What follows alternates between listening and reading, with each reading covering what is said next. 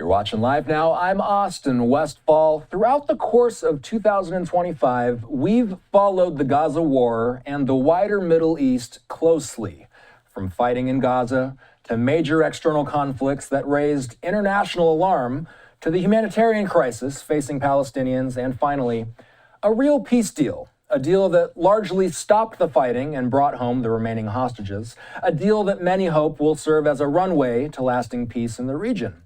We will follow all of this just as closely in 2026, which is why, once a year, Professor Alon Burstein and I are getting in the habit of doing an extended recap of the past year in chronological order. It's something that we hope will lend you perspective as we move into a busy new year. Alon is here with me. He hosts the Israel-Palestine Report online. We're going to go through this month by month, basically, Alon. We're going to start by talking about the top of 2025 and then move our way down to recent times. Let's start by talking about the U.S. angle to all of this and really some of the major events that led into January of 2025. The back part of 2024 ended with the killing of Yahya Sinwar. Then there was a ceasefire between Hezbollah and Israel. But fighting in Gaza continued. Moving into January, the Biden administration was on its way out and the Trump administration was on its way in. Just before Biden left office, the U.S., Qatar, and Egypt helped broker a ceasefire deal that eventually brought 33 hostages home from Gaza, but it didn't bring all of the hostages home. So Alon, we will get into the ceasefire deal in a moment, but firstly, how consequential was the change in leadership at the White House earlier this year? So I usually start from saying it's good to see you, Austin, but here it's good to see you as a recap of the year. We've spoken so much, so many things gone on. You really cannot say enough about the importance of the change in the administration, because what happened in January, and you said it so accurately that it was the end of the Biden administration. This was technically signed under the Biden administration. But the fact is that this was the exact same deal that Biden was pushing for back in May of 2024. Already then, the Biden administration put this deal forward. Initially, Israel and Hamas both said no. Then Israel said yes and Hamas said no. Then in July, Hamas said yes and Israel said no. What we saw was when Trump came into the White House, all of a sudden, everyone in the region, and I know we'll talk about this later also, but particularly Israel, saw the game changer. All of a sudden, we had an incoming president that is known to be unpredictable, that is a wild card, and he said, I want you to push this deal forward. And all of a sudden, after Israel was saying no to this exact same deal in July, it agreed. It not only agreed to the deal in January, it agreed in worse terms. Israel ended up releasing more Palestinian prisoners than Biden had initially demanded because Hamas saw the opportunity. They saw that Israel had no choice but to say yes, and Hamas all of a sudden demanded the release of more life-sentenced Palestinian prisoners and got it. Really, what this was almost a foreshadowing of the year. We had Trump coming in and just his shadow saying, I want to see this deal signed. You want to be on my good side. The old diplomacy where it's not about personalities of leaders, it's much more about the relations between countries. Trump came in and said, no, you better make me happy or I'm going to be angry. And we saw a month later what happened with Trump, Zelensky, etc., what can happen if Trump doesn't like a leader. Netanyahu saw this, Hamas saw this, and really that's why we ended up having this deal, which Trump said he wants to see hostages coming home when he's inaugurated, and he got it. Before he came into office, everyone wanted to make sure to show Trump, I'm on your side, sir, you say this and I'll get it, and you'll get it. And that's what we saw. We saw hostages coming home, and we saw Palestinian prisoners, close to 2,000 of them, being released also. Now it's important, as we'll talk about I'm sure soon, that didn't last. That didn't bring about peace in the Middle East. But everyone wanted to start off on Trump's good side, and really that's what made that deal happen in January. You know, ultimately, as we move month to month here, by the way, let's move to February. We were tracking Gaza. This is a vantage point of Gaza. I'm going to be showing this intermittently throughout our interview. As you and I tape this, this is a live vantage point where it's the early morning hours in Gaza. In February, the ceasefire it largely held. There were intermittent clashes between the IDF and militants in Gaza. The World Health Organization continued carrying out a polio vaccine campaign in the enclave. Humanitarian pauses continued amid negotiations for a broader peace deal. The month of March, moving ahead to the month of March, that's when things picked up again, Alon. The ceasefire had been in limbo for some time, but on March 18th, it officially broke. Let's talk about who broke that ceasefire. Who did? So to get us to March, I'm going to take a step back for a minute to February and look at what happened during that month. So it was very interesting developments. What we saw there is that the deal began, but that deal had, like Biden had orchestrated it, had three distinct phases. Phase one was a 6-week truce and the release of a certain amount of hostages in exchange for Palestinian prisoners.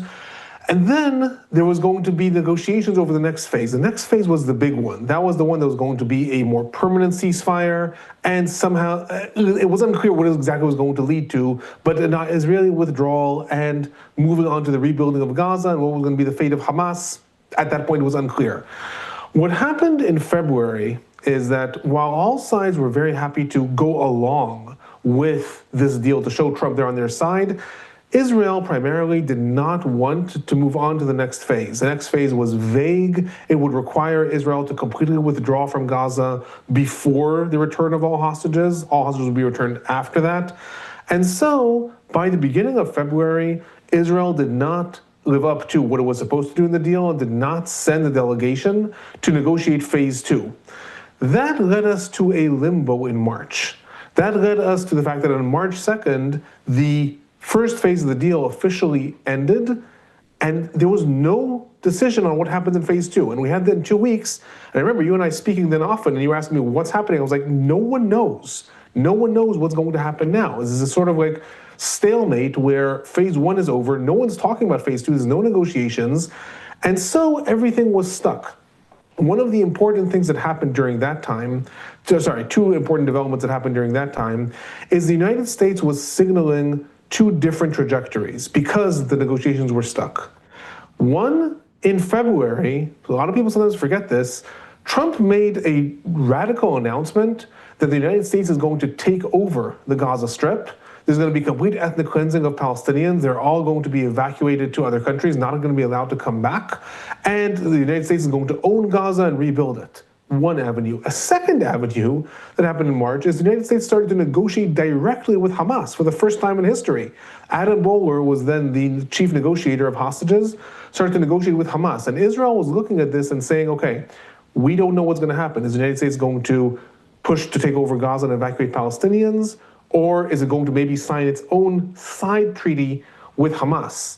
All this led to the breaking point that happened on March 18th, when Israel was the one to launch the first violent offensive to end the ceasefire. So if you look at who violated the ceasefire, who broke it, in essence, it was Israel. The fact is the ceasefire at that point was also theoretically over because no one was actually negotiating what's going to happen next.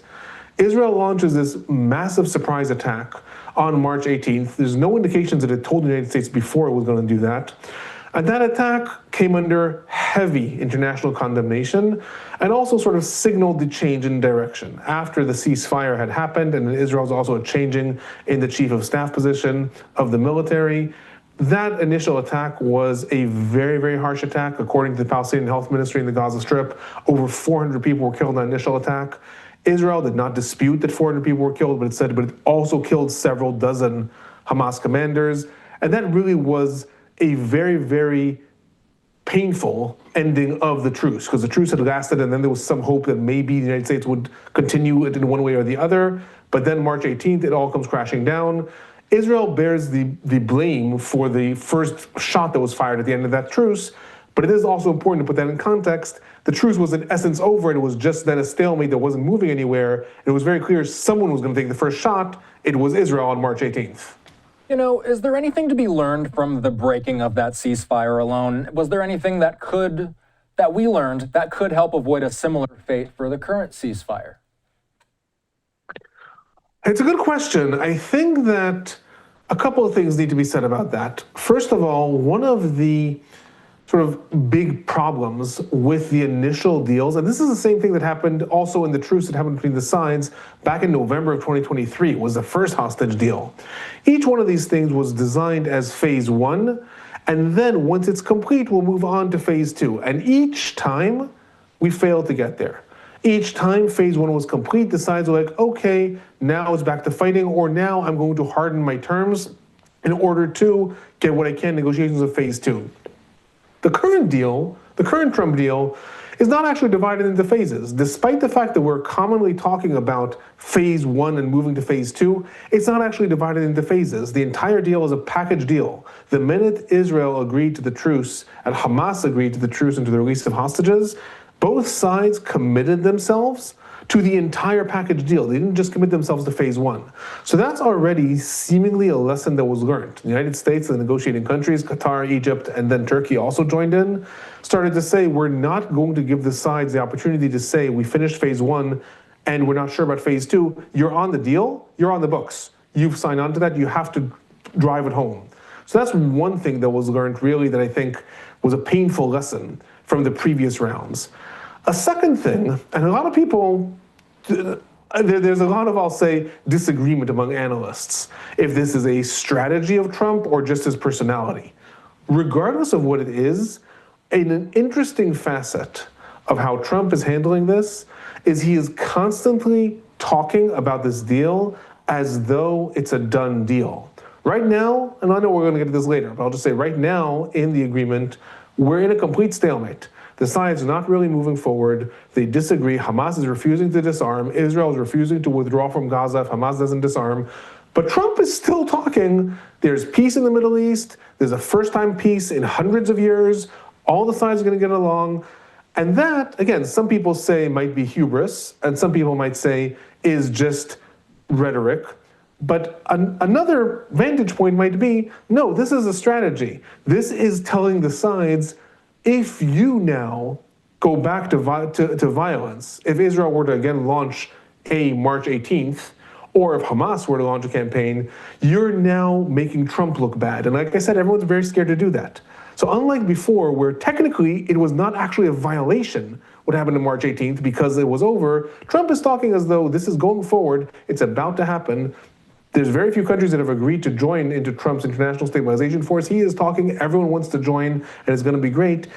That could also be seen, I'm not saying that it is, I don't know what happens in Trump's mind, but that could also be seen as a strategy. It could also be seen as a way to say, I am not giving you the opportunity to say it's at a stalemate and it doesn't matter, I'm going to violate it. I'm still talking as though this is about to happen, and that locks the sides in, and especially Israel, that is very, very dependent on Trump, locks them into not violating the agreement.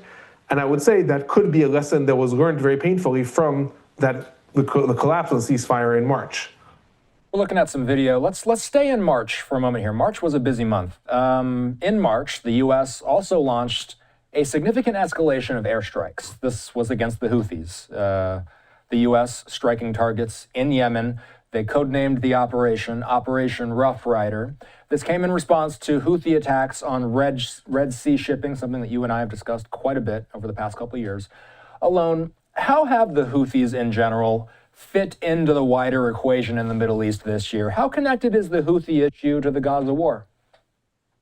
The Houthis were really interesting, I have to say, because when the war started, I would argue that most people in the world had no idea who the Houthis were. They were a rebel group that had taken over parts of Yemen. They were part of the proxy war between Iran, that wants to lead the Shiite world, and Saudi Arabia, that wants to lead the Sunni world. And there was a lot of very, very deadly fighting and humanitarian catastrophes happening in Yemen, but it really wasn't interesting the world. The Houthis saw an opportunity when the war breaks out in 2023 to put themselves on the stage, on the world map. And they did. They started from attacking Israeli ships, then they started to attack American ships, then they started to attack any ship that they said might have any affiliation with Israel. Then they started firing drones and missiles at Israel. All this put them on the stage. Biden led an international coalition against them, and then Trump also started to lead a lot of campaigns against them. In March, these things started to escalate, but really the breaking point with the Houthis happened in May. And what happened, again, was really a warning sign to Israel. Because what happened was the Houthis were continuously firing missiles at Israel, and those missiles were being intercepted, both by Israel, the United States, and sometimes by Saudi Arabia. Then in May, and I know we're jumping ahead here, but as we're focusing on the Houthis, in May, one of those missiles manages to get through. There's a misfire of the interceptors, manages to get through, and hits right near Israel's main and only international airport, the Ben Gurion Airport. 2 days later, Israel launches one of its first major retaliations against Yemen. It attacks massive targets of the Houthis, killing a lot of Houthi operatives and really crippling their oil industry. Then something happens that is very unexpected. A day later, Trump announces that the United States has signed its own separate agreement with the Houthis. Seemingly what happened is the Houthis managed to get through Israel's defenses.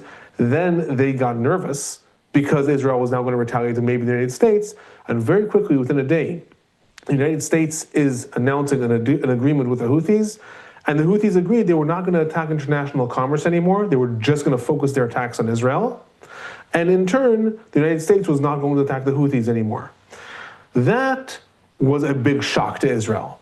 And it was, again, another indication of where Trump is exceedingly surprising.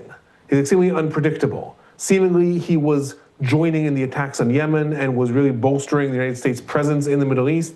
But then all of a sudden he turns around and says, I'll make a separate deal, stop attacking international commerce, that's bad for trade, that's bad for the economy, what Trump really cares about. And in turn, focus your attacks on Israel, quote unquote, that's okay. That's another thing that really worried Israel over the course of the war. That Trump, on the one hand, has been very supportive of Israel, and specifically of Israeli Prime Minister Netanyahu. On the other hand, very unpredictable, and as we saw as the year went on, also has other friends in the Middle East that he's very happy to be even closer to than to Israel. But really, what happened with the Houthis was the first indication, the first public indication that Trump is someone that Israel can rely on, but he really does see himself as America first, and in that sense, if there's something that's better for America that may not be good for Israel, he's willing to go with that. Since then, the Houthis have been a lot less of a factor. They still carried out missile attacks against Israel while the war was still in active fighting. They stopped once the ceasefire came into effect. They always said, if Hamas agrees to ceasefire, we'll stop. Otherwise, we'll go forward and we'll continue. So their engagement with Israel continues. Their disturbance of international commerce really has died down since that deal in May. All right, let's talk about March and April. March and April, and excuse me, we just covered March. Let's do April and May. April and May is where we're headed next. In April and May, the US and Iran began nuclear talks. That's a big one that we're going to get to in a moment. But during those same months, April and May, Israel intensified its Sujaiya offense in Gaza City. It also renewed its military operations in some of these areas. We saw heavy fighting in Khan Yunis, Alon. The months of April and May, we were so focused on Iran during those months. But what was happening on the battlefield during those months? And what did the IDF accomplish during this time period? In retrospect, did this time period get them closer to achieving their war goals? This time period was very, very significant. One could question how much this brought Israel closer to achieving the war aims in the sense of releasing the hostages and destroying Hamas. But what this was a significant game changer from the way Israel had been operating until then, throughout 2024. Really, the periods of fighting are 2023, 2024. Then we have that break at the beginning of 2025 from January to March. And then March, April, May, June is really a new phase in the Gaza Strip. And I'll show you what I mean by that. If you want to expand the camera, I'll show it here on the map. So what ends up happening is when the war starts, and throughout 2024, Israel takes over the majority of Gaza City up here, and then withdraws. It withdraws, and Hamas gradually takes over again. It then took over parts of Khan Yunis and Rafah, and then ended up withdrawing. And what happened when we had the truce at the beginning of 2025, we really ended up in a situation where the Israeli military was in control of the outskirts of Gaza, but not really in control of the center. And until then, the entire way the IDF was operating in the war was coming into these areas, attacking Hamas, attacking tunnels, and then withdrawing. What changed in March, April, May of 2025 is the IDF decided to take over territory and hold it. It started from Rafah. In March and April, the Israeli military ordered the complete evacuation of all Palestinians from the southern area of Rafah. At that point, we're talking at roughly 400,000 Palestinians, ordered them into the Al-Muwasi region, and completely took over Rafah and developed what was known as the Murad corridor, which is a corridor that really shuts off Rafah over here, and the Israeli military set up camp here. It then did the same thing in May in Han Yunis. Han Yunis' area over here developed a corridor that was known as the Magen Oz corridor that goes along here, ordered all Palestinian civilians to evacuate from this area and set up here. And the same thing happened, as you mentioned, in Sajaiya up here, Beit Hanun, all these areas in Gaza City. What that meant was that Hamas started to lose territory, and that was the main aim that Israel said is going to change its war aims from this sort of attack and retreat approach that it had in the Gaza Strip. Israel was now going to take over territory and it was going to hold on to that territory, possibly as a bargaining chip, possibly in order to continuously purify the area from Hamas tunnels, maybe look for hostages and things like that. So really throughout March, April, and May of 2025, we had the Israeli military launching several different operations. One of them was called Gideon's Chariots. The other one was called, I forget right now, it had lots of different names that they were doing in these different cities. All of that was aimed at showing that now we're in a new phase of the war. Why that's very significant is not necessarily because that brought about the destruction of Hamas. It did not. Hamas is not destroyed. What that did do, though, was completely reshape the landscape of the Gaza Strip much more long-term. Until then, lots of areas of the Gaza Strip had been destroyed in the war as a result of fighting. However, since then, those areas that the Israeli military took over are also being destroyed, flattened, and reshaped. Rafah has been razed to the ground, and that is not as a result of active fighting. That is much more as a result of the fact that the Israeli military has taken it over and is now purging it house by house of tunnels, of weapons factories, of all these things, but it's not the same levels of destructions that are from bombings that happen and then some buildings stand, some buildings not.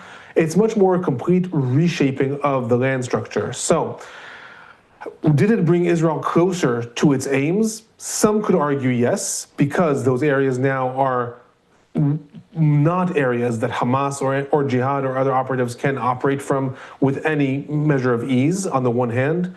On the other hand, if we look at the total aims, which are the destruction of Hamas, has not brought that about. Hamas is alive and well in the areas that it still does control. And the return of hostages, very, very few, if any, hostages were rescued during that time. They ended up being brought back as a result of the deal at the end of 2025. So it did advance Israel from a military perspective, but in terms of achieving the war aims, that's more questionable. We have to talk about the 12-day war. You and I were on the air while the 12-day war. We were on the air quite a bit during that time period, starting in April, and it really April leading into June.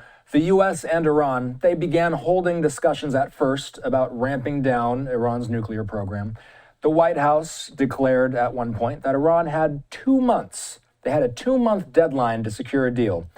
A deal was not secured in 2 months. And the day after that deadline passed in June, Israel carried out a strike in Iran. For the next 12 days, Israel and Iran engaged in a direct war with massive U.S. and Israeli airstrikes on Iranian nuclear and military sites. And then we also saw Iran carry out missile and drone attacks back at Israel. A U.S. brokered ceasefire did eventually end the 12-day war. Alon, what was actually accomplished? If we look back at the 12 days of war between the two countries and then the U.S. also getting involved, what was actually accomplished in those 12 days in retrospect? So there's a lot of things that happened in the region leading up to the war that happened in June. And for that, we also have to take a step back, because during those 2 months that you were discussing that the United States and Iran were negotiating, other things happened in terms of the regional alliances in the Middle East also. And the biggest thing that would happen is this big trip that US President Trump took to the Middle East in the middle of May, In the middle of May, he takes a big trip to the Middle East. He goes to Qatar, he goes to the United Arab Emirates, and he goes to Saudi Arabia. And in Saudi Arabia, he also meets with the new president of Syria, Ahmed Ashara. And very importantly, he does not go to Israel. That was a big signal of the changing regional dynamics in the Middle East. Trump, in that meeting, seemed to have had a change of heart as far as how he perceives the regional alliances in the Middle East. If until now it was the United States and Israel versus a more radical Islamic world or a more moderate Islamic world and an Arab world, and trying to maneuver those strategies, now Trump was saying, actually, I can have a very good, tight, blooming economic relationship with Qatar, with the United Arab Emirates, with Saudi Arabia, that does not need to be beholden to Israel or not. That's going to become important later on. Why that's relevant to what happened to Iran is because the one common denominator between Israel, Saudi Arabia, Qatar, United Arab Emirates, and Syria is they all fear Iran. They all fear Iran's expansion. They all have been affected by Iran's proxies in Iraq, in Lebanon, in Yemen, sometimes in Syria also. And so that has to also be taken into context, that Trump was saying, I'm negotiating with Iran, but meanwhile solidifying these alliances. Everyone in the Middle East that Trump is closer to, Israel, Qatar, United Arab Emirates, Saudi Arabia, and then Syria, were all saying, but we fear Iran's nuclear program. That is the reason that it was less surprising when the United States was willing to say, okay, we'll endorse also the attacks against Iran, because it wasn't just about the relationship with Israel. It was about also showing those other countries in the Middle East that they can depend on the United States. And that's important because during Trump's first presidency, he pulled out of a lot of American deals. And a lot of countries in the Middle East were a bit fearful of that. So that was part of the grander strategy that Trump had when it came to the war with Iran. In terms of what was actually accomplished, look, several things need to be noted. First, most of Iran's nuclear facilities were badly crippled or destroyed. That is a fact. The facilities in Tehran, in Natanz, some of the other facilities further down south, some of them were completely destroyed, some of them were mostly put out of commission. That said, the main enriched uranium warehouses in the mountains of Fordow, all military intelligence seemed to indicate were not destroyed. Now, Trump and Netanyahu have tried to frame this as nonetheless a victory. They have gone as far as to say, we didn't want to actually destroy those. We just wanted to send a message. Personally, I find it hard to believe that Israel is going to throw all of its weight against Iran, and Trump is going to send the famous B-2 bombers to carry out massive bombings in Fordow, but that they didn't actually want to achieve the destruction of what they said they wanted to destroy. So, to some extent, the military side of the attack is a mixed bag. On the one hand, there were great successes in crippling most of Iran's nuclear facilities. On the other hand, Iran also showed, but you have not managed to destroy our enriched uranium vaults in the mountains of Fordow. That's on the military side. Another side, though, that has to be talked about is the side of deterrence from both sides. And in that sense, both Israel and Iran, this was the first time that they threw massive weight against each other. Throughout the war, we had several rounds of attacks, once Israel clandestinely, once more actively, and twice Iran more actively firing missiles at each other. But this was the time that the sides said, okay, all bets are off. And in that, Israel clearly had the upper hand because in its initial strike, it managed to take out most of the Iranian military leadership. I remember I was talking to you live, and these reports were coming in that the chief of staff has been killed, that the head of the Air Force has been killed, the head of the IRGC has been killed. All this happened as a result of Mossad agents on the ground in Iran. So Iran really was shown to be vulnerable to that, on the one hand. On the other hand, throughout the war, we also saw Iran's missiles getting more and more sophisticated. In the first volleys of missiles that Iran fired at Israel, they fired a lot of missiles and most of them were intercepted. Throughout the war, more and more of their missiles were able to actually penetrate Israel's air defenses, one of them hitting the equivalent of Israel's Pentagon, hitting right outside what's known as the Kiryat. So On the one hand, when it comes to deterrence from both sides and sort of showing your cards, Israel's cards seem to be the stronger ones. On the other hand, there's also growing fear among the citizens in Israel of saying, yes, but we can't necessarily withstand another 100 or 200 Iranian missiles being fired at us. So did the attacks in Iran succeed? They succeeded to some extent. Were the messages from both sides sent that don't mess with us, so to speak? Or Israel and Iran have been talking for years about building up deterrence from one another to not attack the other one. Israel was shown to be the smarter party when it comes to intelligence on the ground, but Iran was also showed that Israel has vulnerabilities when it comes to missiles landing in the cities in Israel. And these are all things that are going to be considered as the sides are now again beating the war drums a little bit. It's all things that are going to be considered as things move forward. I believe it was the president of Iran that had some choice words lately.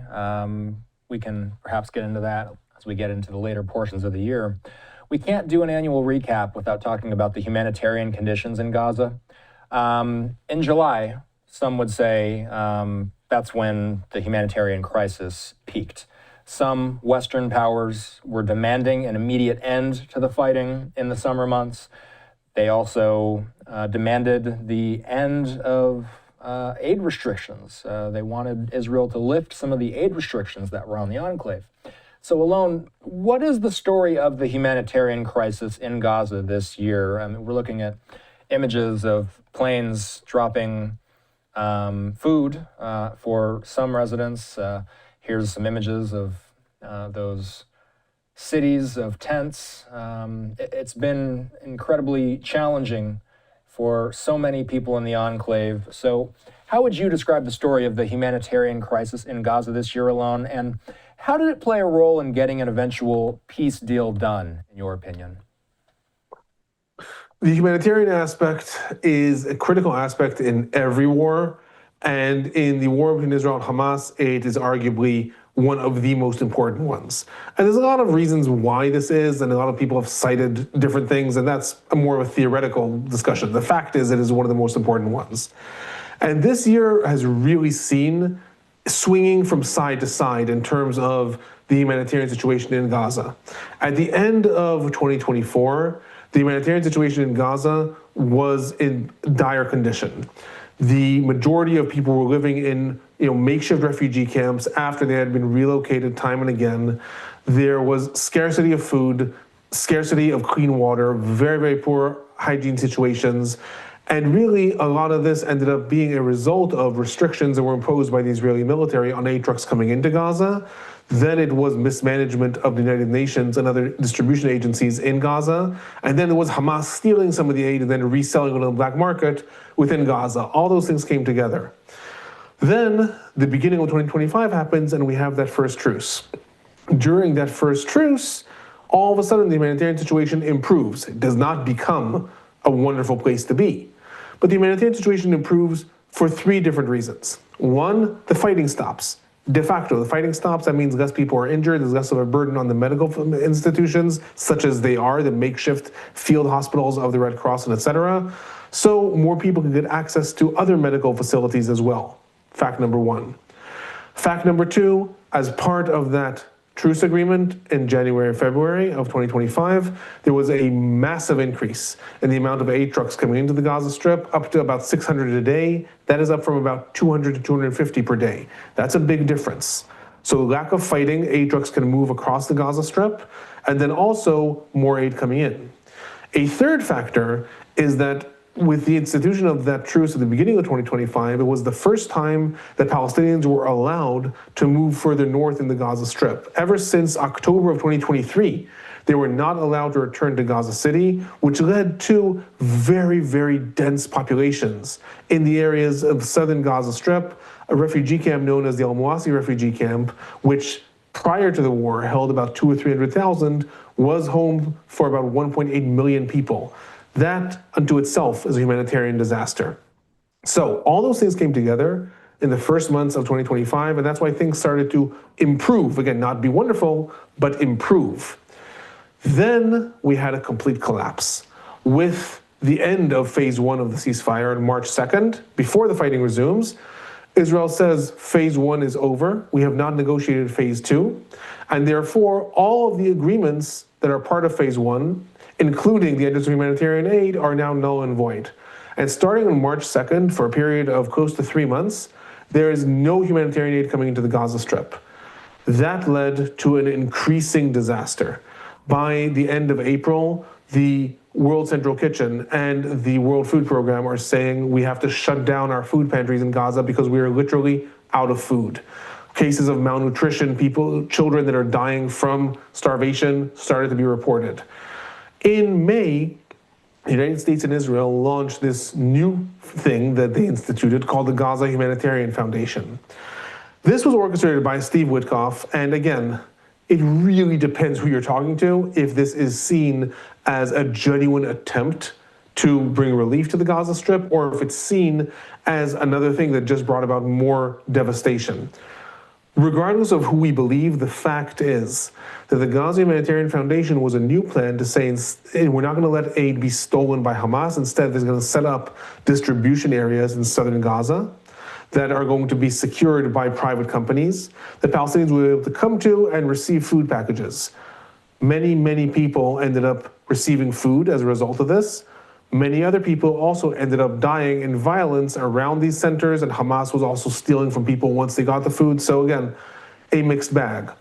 All this led to the fact that, as you said, by June, July, the situation was an increasing catastrophe because there was no aid that was getting into northern Gaza.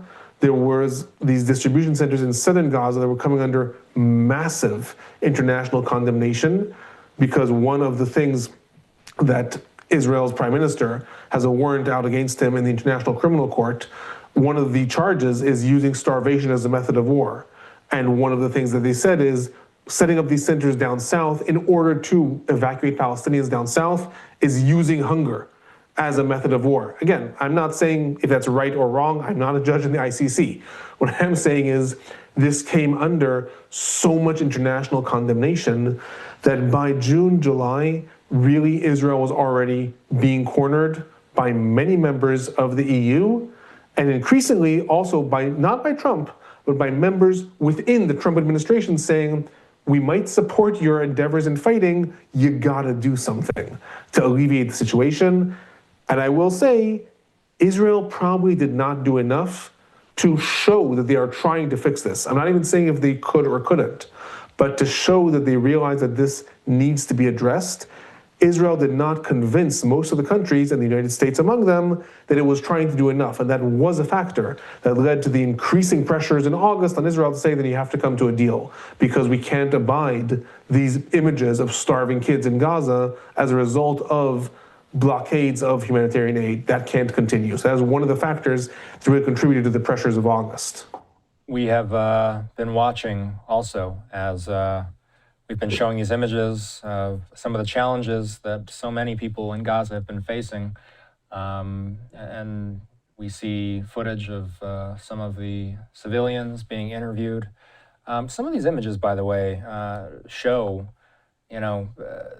just how many people. It really puts into perspective how many people have been displaced. I believe this particular footage is showing pretty much a mass of people returning to their communities after the current ceasefire was put into effect.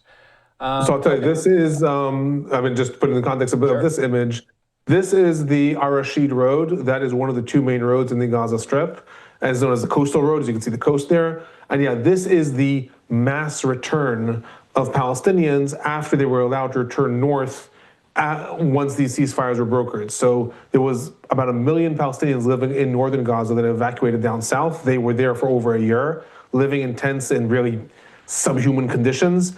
And then once, as we see with these images, once the truces were put into effect, they returned north really en masse, hundreds of thousands of people.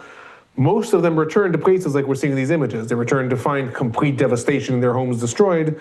But to some extent, I'll say at least, it resolved the density issue that was people living on top of each other in tents, which really was fertile ground for diseases and lots of other things that were contributing to the humanitarian catastrophe in southern Gaza. Let's move.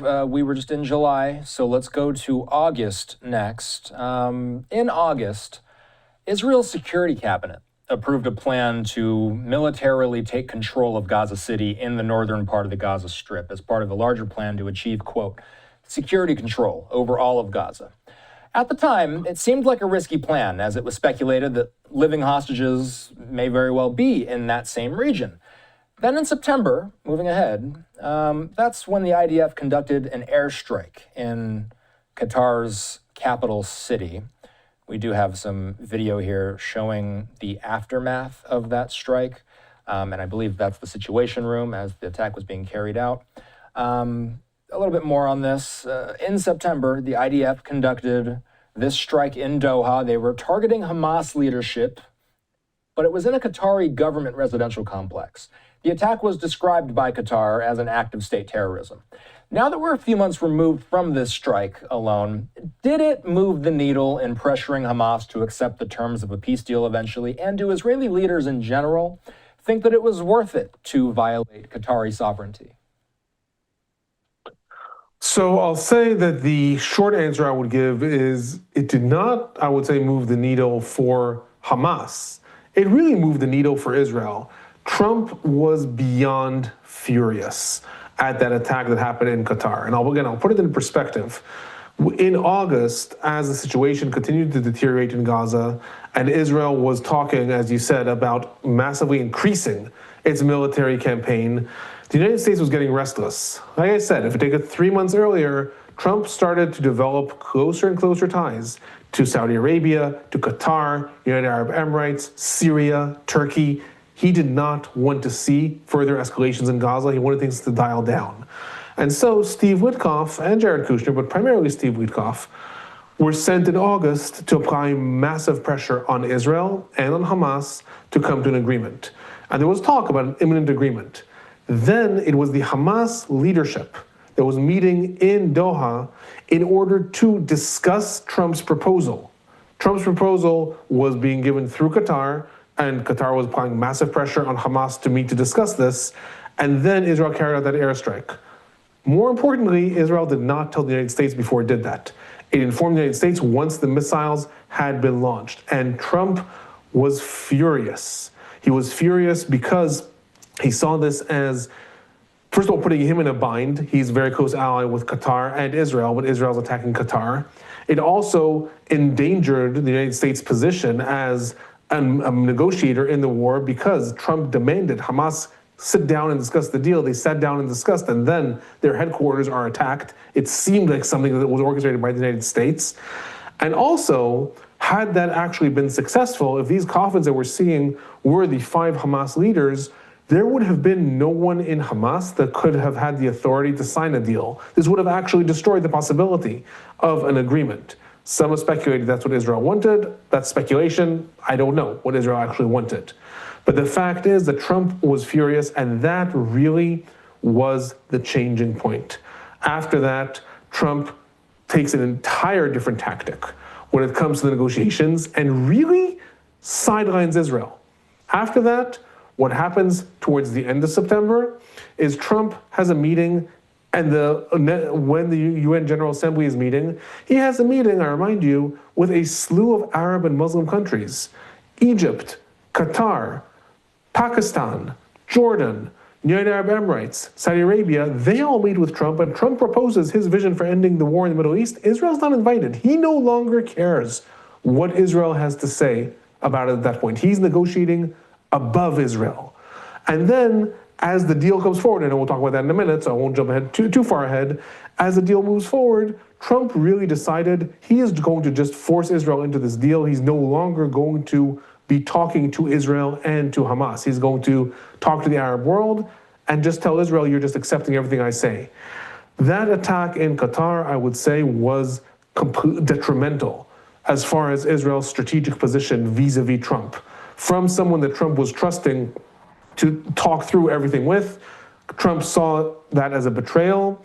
Within less than a month, Trump brings Netanyahu to the White House, and really, it's rare to see such a scolding. Sits him down in front of the cameras and hands him a document and calls the Qatari prime minister and tells him, read this document. And Netanyahu is sitting there apologizing to Qatar that he just ordered the attack in Qatar. And Trump is sitting there nodding, saying, yes, that's what you're saying. So really, I would not say that that attack pressured Hamas. I would say it was a very strategic error on Israel's part and ended up compelling Israel into the agreement that Trump wanted it to go for.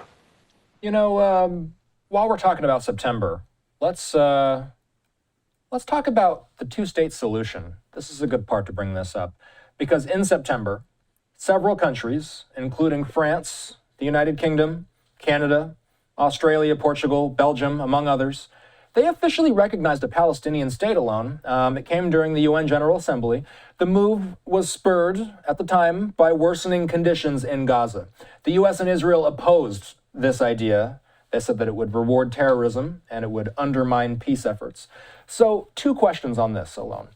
Does it feel like this will have any impact on the possibility of a two-state solution? And then furthermore, what does this mean for the West Bank?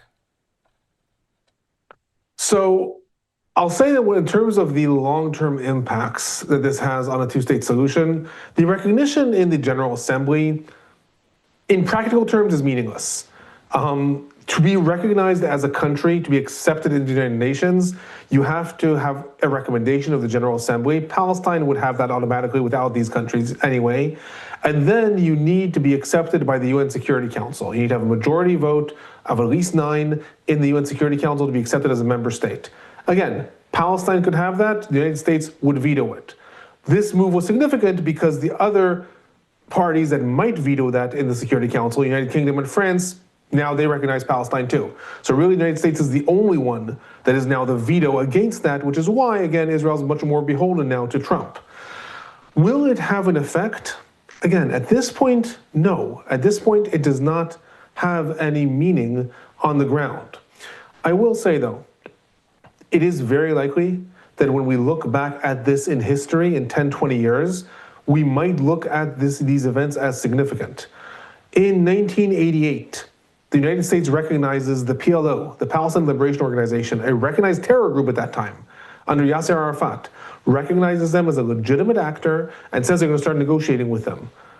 At that point, it didn't mean a lot being recognized as a legitimate actor. They were without a state, they were an international rogue terror group. But the United States recognition of that 5 years later leads to the Oslo Accords, where Israel and the PLO, Yitzhak Rabin and Yasser Arafat, meet at the White House lawn and shake hands and start the Oslo process. So does this have any effect right now? No. Is it likely to be significant in the trajectory of history? Possibly yes. Again, we don't know the future. But very possibly we'll look back at 2025 and say, okay, that is when a slew of very important countries in Europe, including 2 veto members in the Security Council, signaled that they were willing to recognize Palestine. Maybe we'll see in a year or 2 later that had an effect. So now, no.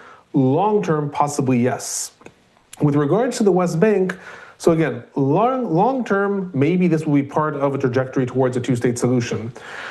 Meanwhile, though, what this is causing in the West Bank, which again on the map, just to show people, is this area over here. Then while the Gaza Strip is here, the West Bank is under mixed control of Israeli occupation and Palestinian Authority and mixed control in different areas.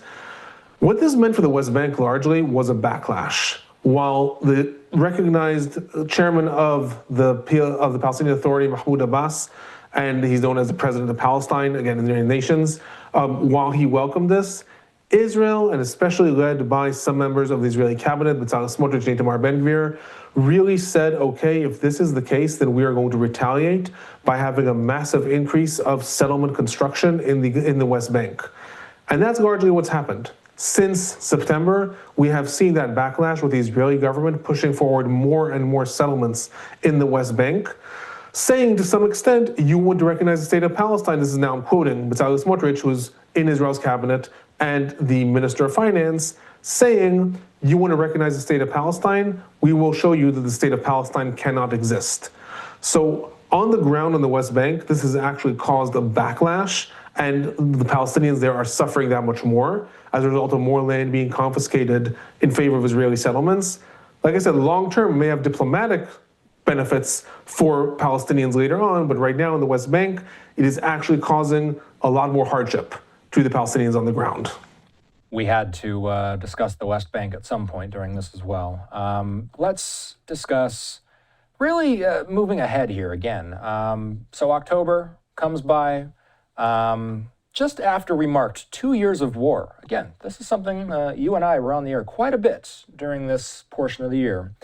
Just after the 2-year marking of the war, Israel and Hamas, they signed a multilateral agreement to end the war in Gaza. And they started, the plan is to start on a path to wider peace in the region.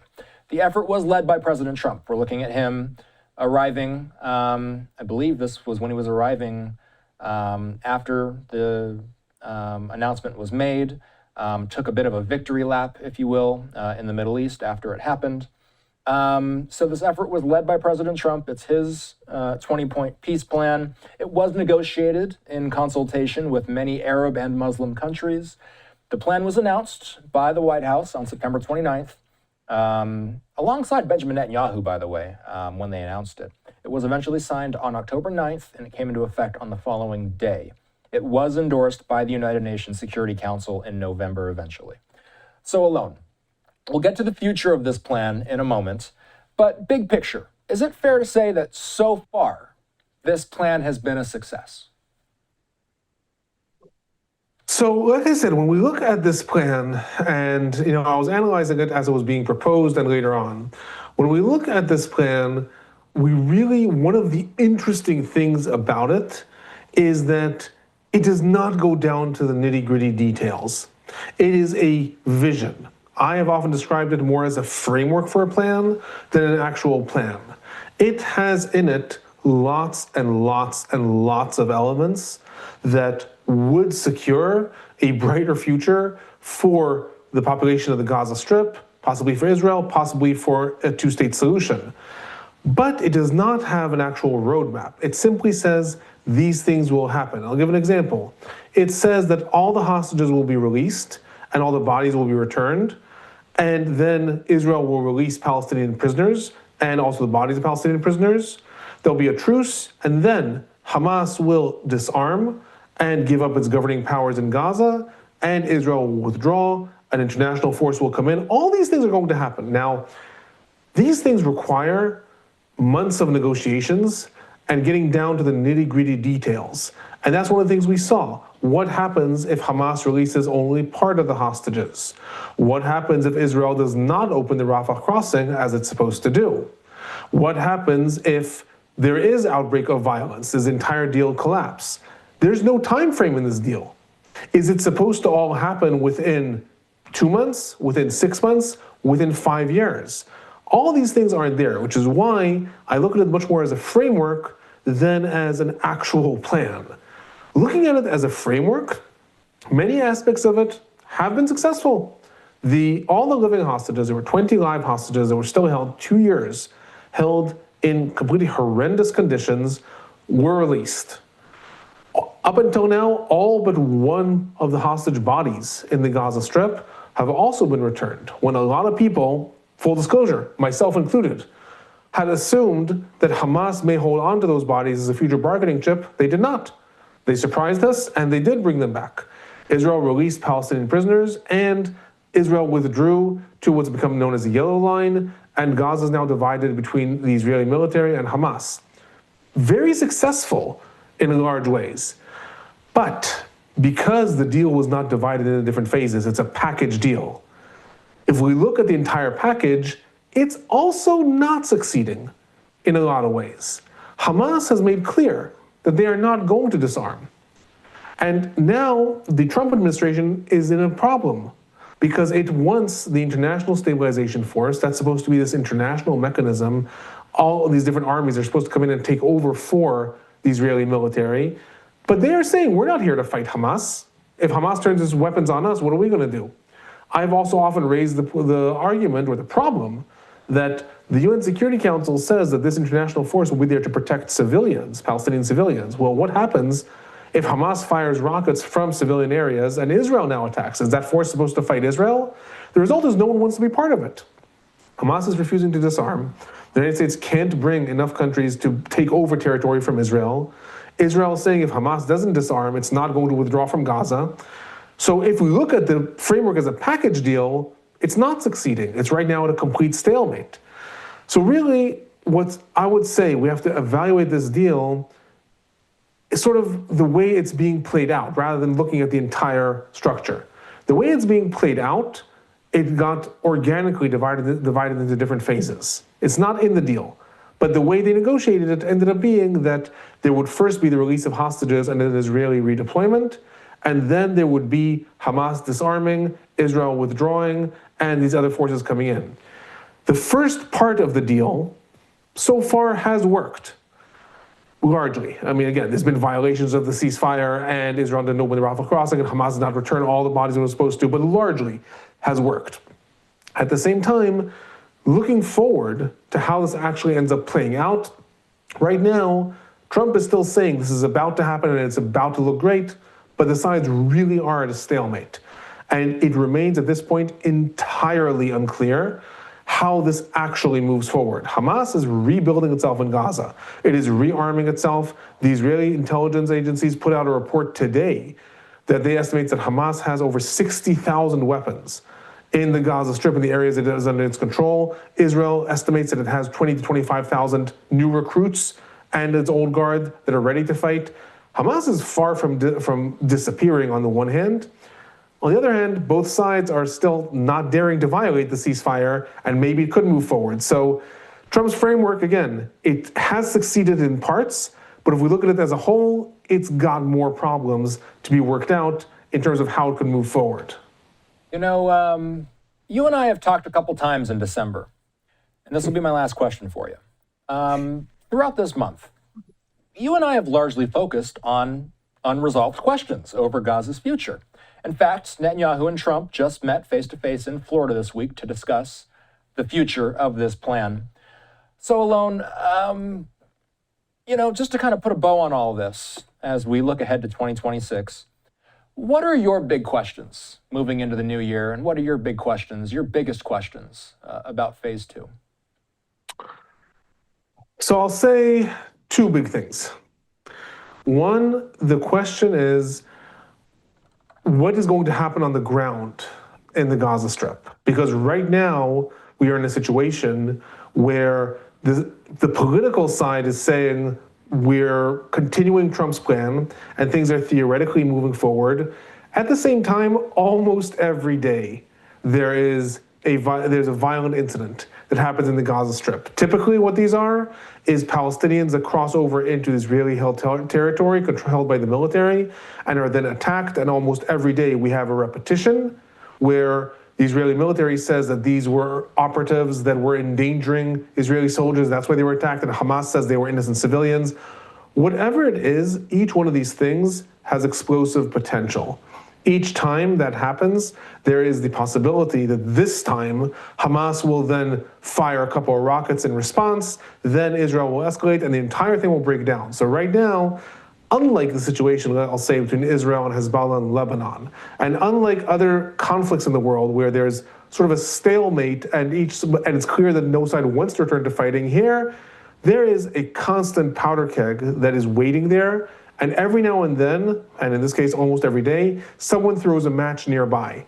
So one of the big things that I'm looking at is not what's going to happen on the political side. All these big deals, they may happen, they may not. On the ground in Gaza, it may end up being a single Israeli soldier or a single Hamas or Palestinian Islamic Jihad operative that ends up doing something violent that then spirals and brings the entire thing to a collapse. So that's one of the things that I'm looking at. While everyone's focusing on the big negotiating questions, they are important, but people need to remember on the ground, there is still constant fighting that may lead to a spiral. That's one. The second thing that I'll say, you have heard me say in this war countless times, when it came to Israel, Hamas, Lebanon, Hezbollah, Iran, United States, I always said when it comes to trying to understand how people are going to act, don't look at the dynamics between the sides, look at internal politics. Look at internal politics. In the case of the United States, for example, look at the balances between the Republicans and the Democrats, the pressures within the MAGA movement vis-a-vis Israel, evangelicals, etc. That is going to largely help you understand how Trump is operating more than the international arena. And one thing that is very, very critical for 2026 is when we look at the three main actors here, Israel, Hamas, and the United States, every one of them is facing leadership issues and an election year. In the United States, the midterms are coming up. It's the end of 2026, admittedly, but that is important. It's important for Trump. He does not want to have spirals of conflict. He wants to be showing successes leading into that time period. He also wants to make sure that what is being bolstered is economic growth and not failed deals and spirals of violence. And that is going to be one of the things that really influence the way he operates and his balances of power when it comes to the Middle East. Israel is heading into an election year. The elections in Israel are actually supposed to be also in October, November. There's lots of speculation and rumor that they might be earlier, but that speculation has been going on for 2 years already.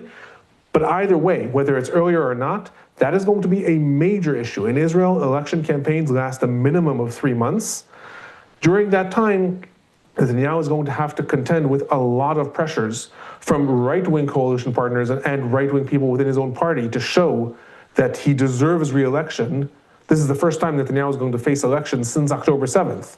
So the Israeli people are now going to go vote for whether the prime minister that was in charge during that time gets to stay on. And that is going to be one of the major facets when it comes to how Israel operates. A third thing that I imagine not a lot of people have heard about is Hamas is also facing elections. Hamas announced 4 days ago that they are now going to hold elections for the leadership role of Hamas. There has not been an official leader of Hamas since the killing of Yahya Sinwar. We had Ismail Haniyeh as a leader. He was assassinated in July of 2024. Then we had Yahya Sinwar. He was killed in October of 2024. And since then, Hamas's leadership has been a council. But they've announced they're going to have elections. And there's a very complicated procedure for how Hamas runs their elections. I'll say here as a plug-in, if you go to the Israel-Palestine report, I'm going to upload a video about that in the next week or two about the Hamas leadership. But one of the important things there is that there are two leading candidates. One of them is Khalil al-Hayya, one of them is Khalid Mashal. They are very different people.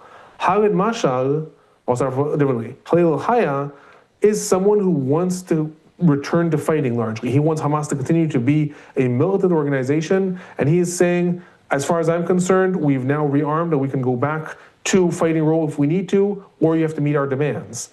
Khalid Mashal is, within the framework of being a Hamas leader, much more pragmatic. He would like Hamas to ally with Saudi Arabia and to become more of a legitimate, quote-unquote, political actor.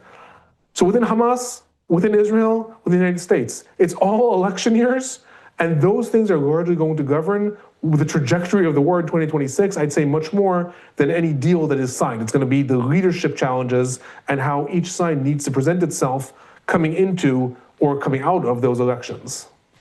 That was a great rehearsal. Are you ready to start rolling on the entire year recap? All right, we've been going for about an hour now. There's nobody I'd rather speak to for an hour straight, by the way. Alon has a YouTube channel. I've seen you on TikTok. I know you offer some courses. While we're talking about plugs, plug away. How can people find your content? How can people get more of you? So like Austin said, and our conversations are always fascinating on and off the air. I run the Israel-Palestine report. It's largely a YouTube channel. I upload to there everything I can about news that is coming out of this region, anything that pertains to this conflict. All of my media appearances are there, and my summaries, usually weekly summaries and live events that I do. And I'm also now starting to offer some courses on the history of the Israeli-Palestinian conflict, the war, what is happening. So look me up on YouTube, check me out, and happy to see anyone there and to field any questions people may have. All right, the encyclopedic Alon Burstein. We'll see you in 2026. Thanks. Happy New Year.